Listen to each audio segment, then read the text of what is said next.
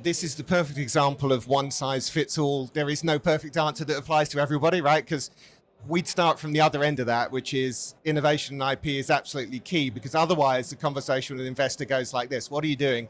PV. What do you do? What do you mean? Manufacturing. Where? Europe. Or if it's not that, it's yeah, but China. So you have to deal with that. And I think our view is, for what we do and for what Bertrand does, innovation is absolutely key. You cannot make a sane argument for doing traditional old school PV in Europe. You make an argument for doing innovative, high-end silicon PV. You make an argument for doing tandem, standing on the shoulders of that to do the next generation. But you still have to prove your way through it, and that's why having the facility that we have in small scale in Germany has been so vital, to be able to prove the intellectual property, to prove you can do a product, to prove that customers actually do want to buy it, that high efficiency is important, that there's a business case for doing it.